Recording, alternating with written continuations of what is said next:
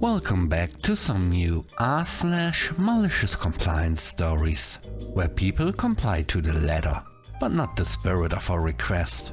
I hope you had a great day. Thanks for all the likes and comments on the last video. And now let's start with the first story. It's called No Questions. I work with the most frustrating woman I've ever encountered. We're both managers in the company, but she constantly acts like she's my boss. She tracks what my team does and regularly comments on things that have nothing to do with her. She tries to tell me how to give feedback to my team and insists I correct errors based on her perception. She's even told me I'm not allowed to speak with clients one-on-one, despite the fact that the client specifically asked to speak with me. At one point I raised a question about a part of a project, and she responded with, "I'm not a writer, but writing is actually part of my job. It's how I got hired." Unfortunately, since our teams have to collaborate all day, ignoring her isn't really an option. Recently there was an issue with a project note that got missed. It was originally her team's responsibility to catch it, and when it reached mine, we assumed it was all set since it had already been approved. When the problem was discovered, she placed the blame entirely on me, saying I should have caught it. No accountability for the fact her team approved it and didn't flag anything. She told me that from now on I had to flag things like that. So I did. I started flagging every single thing. Every note that comes with our project. Anything she asked me to do. I questioned all of it. It takes up a lot of my time, but if it frustrates her, I'll keep doing it for as long as I have to. The next story is called Response Time. For years, our third-party IT support provider's 24-hour response time meant that any reported issue would receive a technical response within 1 working day. If they didn't meet that time frame, they would be in breach of contract. After some internal cost cutting on their side, they reviewed the contract and reinterpreted the 24 hours to mean 24 working hours, effectively giving them up to 3 working days to respond. That meant if we reported a problem on Friday at lunchtime, they could wait until Wednesday at lunchtime to respond and still remain technically compliant. They were sticking to the letter of the contract, but clearly not the spirit of it.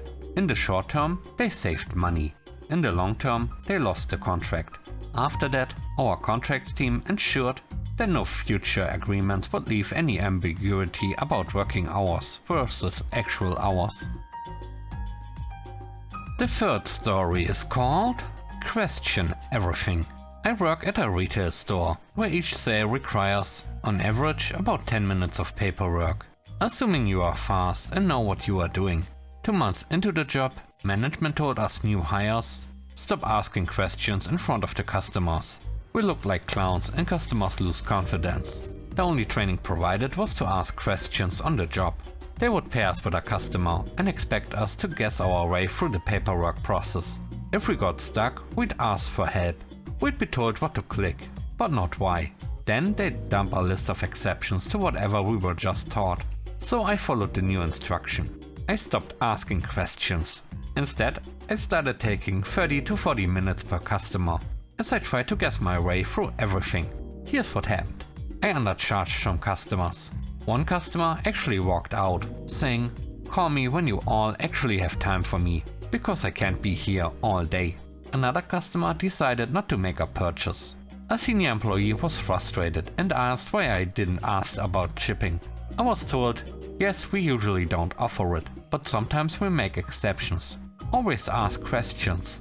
When I'm at the sales desk, I no longer ask if we carry a product or accept certain insurance. I just tell callers we don't. That way I avoid the extra step of looking it up. When I work reception, I spend time looking up obscure insurance policies instead of asking a senior employee for clarification. I speak some Spanish, though I'm not Latino. Previously, if a Spanish-speaking caller needed help, I'd speak with them and ask a colleague if I needed assistance. Now, I only respond in English. I no longer ask coworkers if they are free to take a Spanish call. If the caller can't understand, they can always call back and hope someone else answers. All of this happened because we were told not to ask questions in front of customers. So I don't. The last story is called Daily Compliance. I work in the deli of a grocery store. It's a busy day due to low staffing and I'm the only person working the counter. A customer walks up with his hands on his hips, visibly impatient in the way some customers signal that they've been waiting. Eventually I make my way over to him after helping others. He immediately expresses frustration. Why do you only have 3 spicy strips left? You guys aren't prepared at all. He follows that with, how are you the only person here? More accusatory than concerned. As I begin weighing and ringing up his chicken strips, I accidentally enter the wrong tier rate, which significantly reduced the price. I noticed the mistake. It was about a $4 difference, but I figured it wasn't worth correcting in that moment. Before I can say anything, the customer says, "That's the wrong price. Re-weigh it the right way." So I did.